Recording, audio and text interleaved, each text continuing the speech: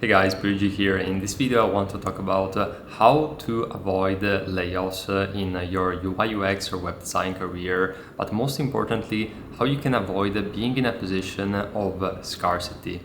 This is actually a topic which is really close to my heart because I remember in the first years when I first started out, there was a lot of challenges and especially when it comes to the career, a lot of uncertainties.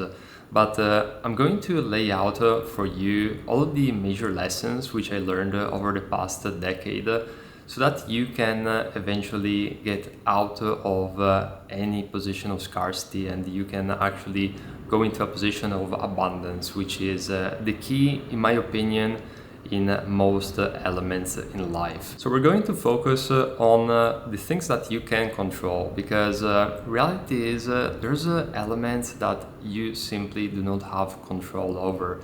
So a company might fire you even if you did everything wrong, or a client might look for another designer even if your designs were exceptional.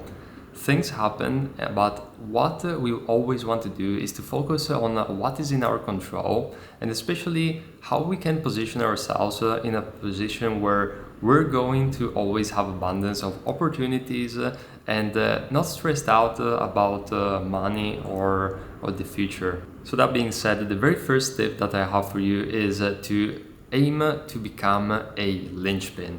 Now, what is a linchpin? In a company, a linchpin is essentially someone who gets things done and accomplishes not only the tasks but the results and the goals that a company is looking for. So, as a mindset, don't just focus on the tasks that a manager might give you or that the company assumes that you want.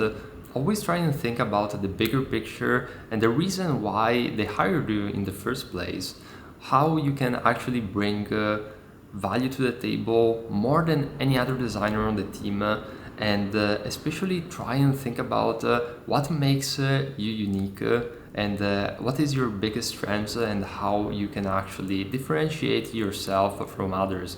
Since this is actually bringing us to another very important point, which is always constantly develop your skills and learn and never stop doing that, because it sounds something very simplistic, but it's so true that learning really does compound. It's almost like when you invest in the stock market, you get the compounding effect, which means a snowball effect of increase in money year after year if you continue investing, and you create this curve which goes exponentially higher. And the same is true with self-development. It's extremely important to always keep an eye on what are the recent design tools, how can I implement AI within my design workflows, how can I learn how to become a better manager and not only designer, how can I learn business skills, marketing skills, SEO, things which aren't directly related to design, but they're just going to make you a better person overall. So this is actually something which I always encourage my students to do, and I myself I found terrific advantages in understanding core concepts. I mean, I even invested in high ticket coaching with some of the top affiliate SEOs that I could afford at the time, and that really helped me to understand for example, website building from another perspective, a very ROI-oriented perspective, where I understood the technicalities, but also the end goal behind any web design, and it gives you like so much perspective in that sense. So think about what are the areas that you can improve and take action today. And now, on a side note, this is going to be especially useful for those of you who already have a couple of years of experience under your belt and you wanted to start thinking about how you can diversify your income. Now, I understand that for some of you it's not possible. Maybe you have a full-time job which is taking you all of the mental space during the week. But if you have time and some focus after work or maybe on the weekend, start thinking about diversifying your income.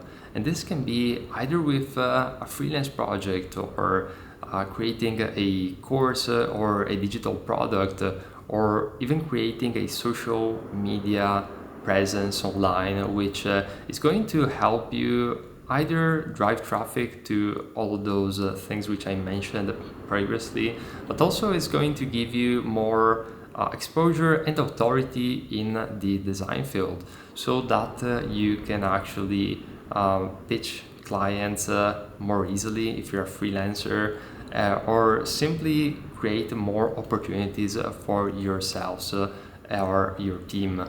And on the topic of diversification, one skill which I think is absolutely a must is learning lead generation.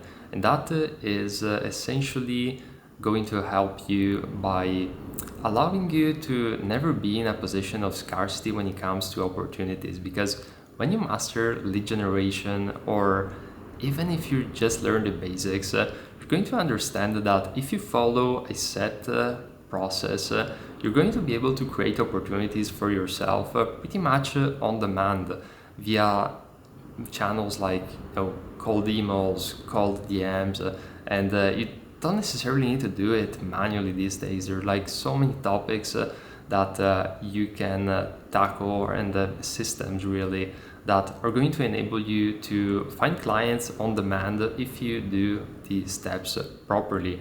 Now there's tons of YouTube videos out there regarding this, and I highly recommend you to check out, for example, the videos from lead generation agencies, founders, since those are really, really useful, and they share topics and tips which designers aren't really that familiar with, and it's not really something that it's talked about in most of the how to find the clients designer videos.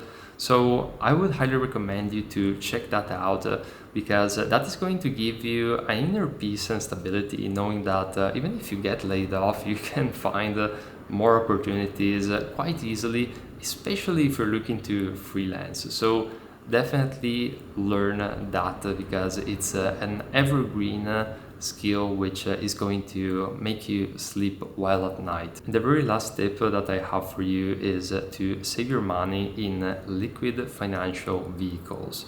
And by that, what I refer to is things like stock market, or I wouldn't really advise crypto because I'm not a crypto expert, but the concept is exactly the same, meaning that it's essentially money that you can easily get access to in the case of an emergency. Now, you always want to have an emergency fund, which in the ideal world is going to cover you for maybe a couple months of expenses. But all of the rest, I would personally recommend just investing in more stable and liquid financial vehicles.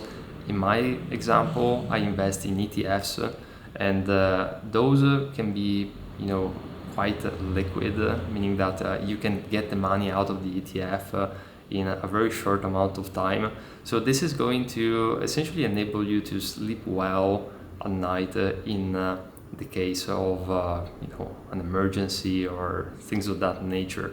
So always try and be mindful about the money that you receive, and try to invest in ways that are going to set up for your success in case of emergencies especially. So this is pretty much it when it comes to my main tips and things that I learned over the past decade as a designer. If you want to learn more about design and freelancing and design tools like Figma, or even no-code tools like Webflow, feel free to check out my other videos on my YouTube channel, and I'll see you in the next one.